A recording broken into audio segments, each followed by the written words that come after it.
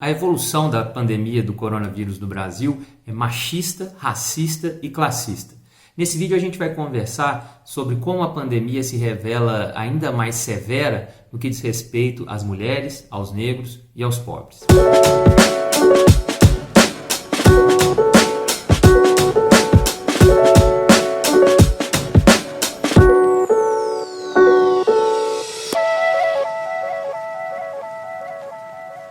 Oi pessoal, é um prazer estar aqui com vocês, aqui é Juliano Napoleão. Nós vamos, por meio desse canal, dialogar sobre os desafios para a realização da justiça, para a efetivação dos direitos humanos, trazendo as contribuições da filosofia, do direito, das diferentes manifestações culturais, para que a gente possa pensar e conversar sobre isso juntos. Se você tem interesse nesse tipo de material, eu te convido a se inscrever no canal para que a gente possa dar continuidade a esse diálogo nos próximos vídeos. No vídeo de hoje, nós conversamos sobre a pandemia do Covid-19, buscando compreender como ela se revela ainda mais perversa e trágica no cenário de vida das mulheres, dos negros e dos mais pobres. A gente parte do pressuposto de que essas dinâmicas de violência e exclusão são interseccionais. A grande contribuição que a Angela Davis traz com essa percepção da interseccionalidade das dinâmicas de exclusão e violência, nos revela que, se é dramático o contexto de pobres, negros e mulheres, se você pensa na figura específica de uma mulher negra e pobre, ela sofre essa tríplice dimensão de exclusão e violência, e a pandemia, no que diz respeito a essa circunstância de vida, é ainda mais trágica, é ainda mais absurda. Eu gostaria que a gente tivesse a possibilidade, nesse diálogo, de superar essa fantasia que tem sido repetida em alguns contextos de que o vírus é um vírus democrático, que atinge igualmente as diferentes pessoas, ricos e pobres. Isso simplesmente não é verdade.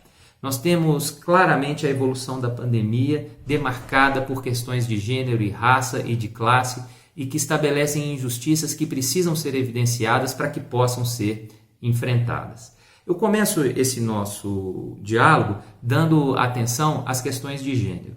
O que concerne às questões de gênero, se vocês perceberem na vida cotidiana, dentro das casas, em função da quarentena, nós temos um acirramento da já injusta distribuição dos afazeres domésticos. O IBGE disponibiliza para a gente a informação de que, em média, mulheres se dedicam por 18 horas e meia na semana para os cuidados domésticos e o cuidado das pessoas dentro da casa, enquanto homens se dedicam apenas 10,3 horas para os mesmos objetivos. Na pandemia, isso se intensifica e as mulheres se veem num grau imenso de sobrecarga no cuidado da casa, no cuidado dos filhos, enquanto os homens ainda se mantêm numa proteção do seu contexto de trabalho, quando da possibilidade de realizá-lo em home office, e da possibilidade de não se ver nessa imensa sobrecarga, desse fardo que pesa sobre os ombros das mulheres. Isso é ainda mais incisivo no contexto de vida das mães solos. Segundo o IBGE, nós temos no Brasil pelo menos 11 milhões de mulheres que assumem esse desafio de conduzir por si a gestão familiar. E aí a sobrecarga é ainda mais injusta. Bom, para além da distribuição dos afazeres domésticos está marcada por um machismo inquestionável, nós temos, infelizmente, a pandemia e a quarentena desencadeando a intensificação dos índices de violência doméstica. Para vocês terem ideia, no estado de São Paulo, enquanto os homicídios dolosos caíram em 19%, nós tivemos um incremento da violência doméstica em 44,9%. O feminicídio decorrente da violência doméstica aumentou em 44,9% no estado de São Paulo apenas durante o período da quarentena. A inexistência de políticas públicas efetivas para enfrentar o incremento da violência doméstica na quarentena revela o descaso estatal com a vida das mulheres. A Espanha teve algumas experiências incipientes de políticas públicas nesse sentido, mas no Brasil são ainda mais precárias essas pretensões. Ocorreu uma campanha de conscientização muito vaga e de curto alcance e somente isso foi feito, o que é lamentável e traz como consequência o aumento do número de mortes de mulheres assassinadas dentro de casa.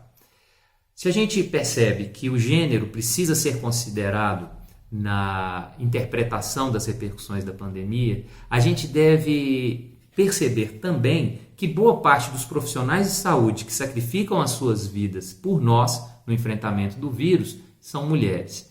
No Brasil e no mundo, 85% da classe dos enfermeiros é composta por enfermeiras, são mulheres que estão na linha de frente. E essas mulheres têm alcançado esforços dramáticos de sacrifício, sem condições dignas de trabalho, sem gestão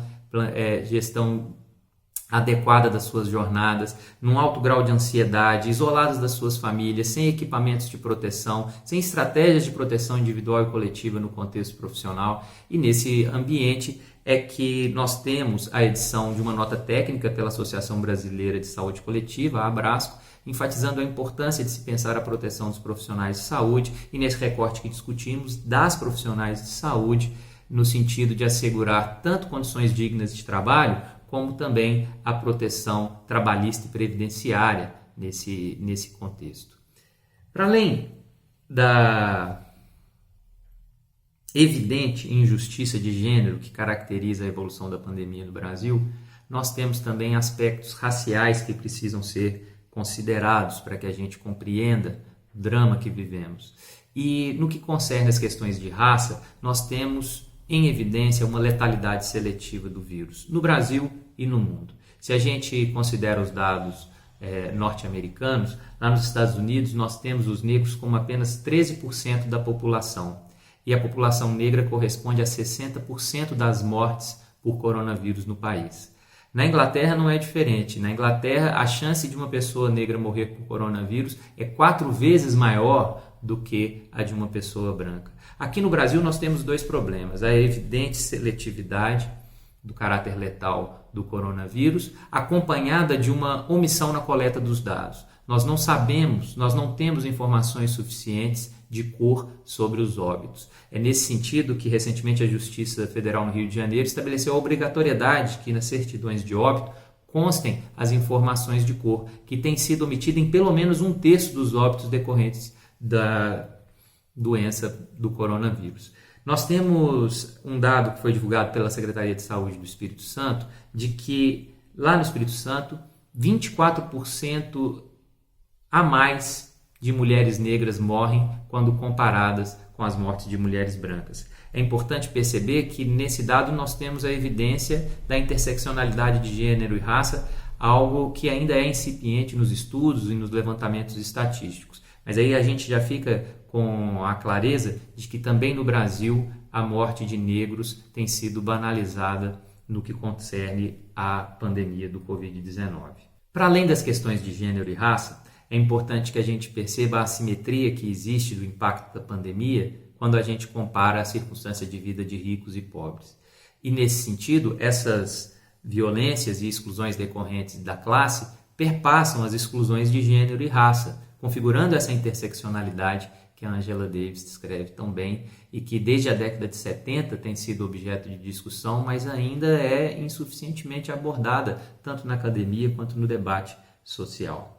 Numa pesquisa realizada por algumas pesquisadoras da Harvard Medical School, da USP e também do Levy Economics Institute, nós tivemos a descrição clara das circunstâncias que tornam mais vulneráveis as pessoas das classes menos favorecidas. Nós temos condições precárias de convívio domiciliar que inviabilizam o isolamento social, que não contam com ventilação e iluminação solar suficientes e a partir daí a transmissão dos vírus inevitavelmente se intensifica e qualquer propagação de infecções respiratórias se vê favorecida por isso.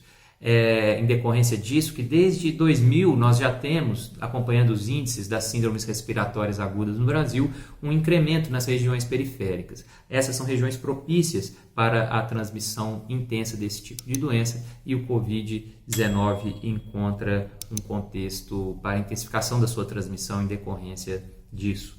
Agora, um outro ponto que eu gostaria de mencionar com vocês e que é objeto de grande preocupação é a violação severa do direito de informação dessas pessoas com relação aos riscos que correm no contexto da pandemia e as efetivas estratégias de prevenção e de autoproteção.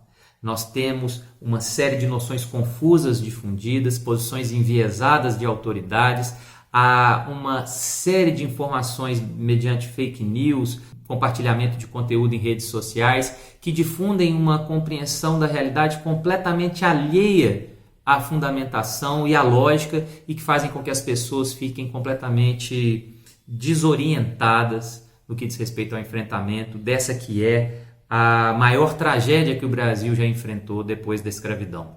Se a gente considera esse direito à informação, percebe-se como é absurda a inexistência de uma campanha de conscientização nacional para o efetivo enfrentamento e prevenção no que concerne ao coronavírus. Nós temos ainda a inexistência de políticas públicas efetivas para assegurar o direito do cidadão e dos trabalhadores de se autoprotegerem. Isso se torna ainda mais cretino no contexto em que se discute, com a evolução dos números batendo recordes de morte, a flexibilização da quarentena. Porque nessa flexibilização da quarentena, o que se pretende é estabelecer a circulação de trabalhadores e consumidores, enquanto os donos dos grandes empreendimentos se mantêm protegidos dentro das suas casas. Essa circunstância que revela a distinção de classe para estabelecer quais vidas valem ser protegidas e quais vidas devem ser sacrificadas, precisa ser denunciada. Nós não podemos, enquanto sociedade, admitir que critérios de gênero, de raça e de classe estabeleçam hierarquias entre as vidas e estabeleçam vidas que tenham valor e vidas que não tenham valor. É importante difundir essa informação, difundir esse debate, para que nós tenhamos consciência das injustiças que perpassam essa tragédia que a gente enfrenta, para que a gente possa, enquanto sociedade, experimentar iniciativas que fomentem a transformação e o melhor enfrentamento desse cenário.